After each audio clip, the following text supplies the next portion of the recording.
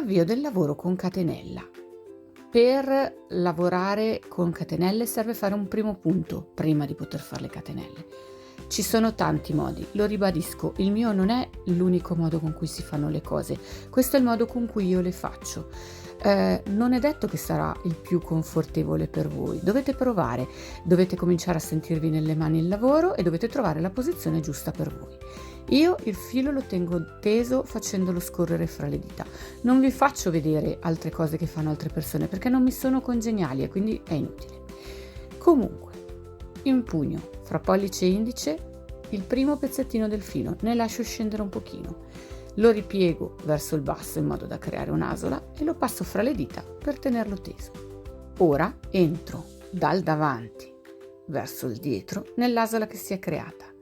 Pesco il filo, vedete che io con l'uncinetto passo sotto il filo e lo carico in modo che sia, il filo deve essere sopra l'uncinetto, questo è il modo giusto di caricare il filo, o meglio, questo è il modo giusto di caricare il filo quando si fanno i punti bassi. C'è un punto lavorato che prevede di caricarlo diversamente, ma per il punto basso si carica così e lo tiro all'interno della mia asola.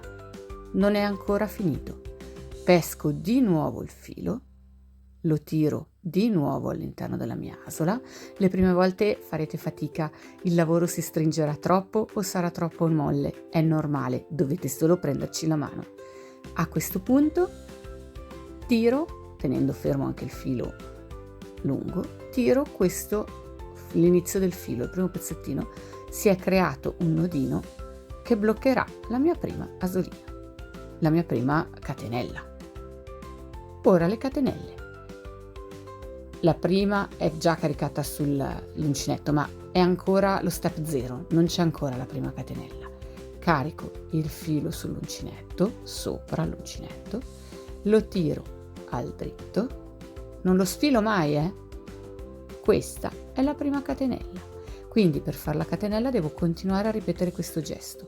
Metto il filo sopra l'uncinetto e lo tiro al dritto del lavoro e intanto ho già pronta la metà della nuova catenella, ma ne ho fatte 2, 1 e 2.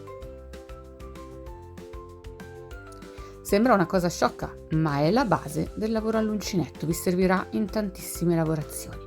Quindi il mio consiglio è farne qualche chilometro, dovete fare pratica. L'uncinetto come la maglia sono tecniche che vengono bene quando lo fate spesso, non dovete mai fare per l'amor del cielo, ogni volta che fate un periodo di fermo prolungato, quando riprenderete in mano il lavoro farete di nuovo un po' di fatica, che svanirà in un attimo, perché poi basta riprendere un po' il lavoro e si riparte.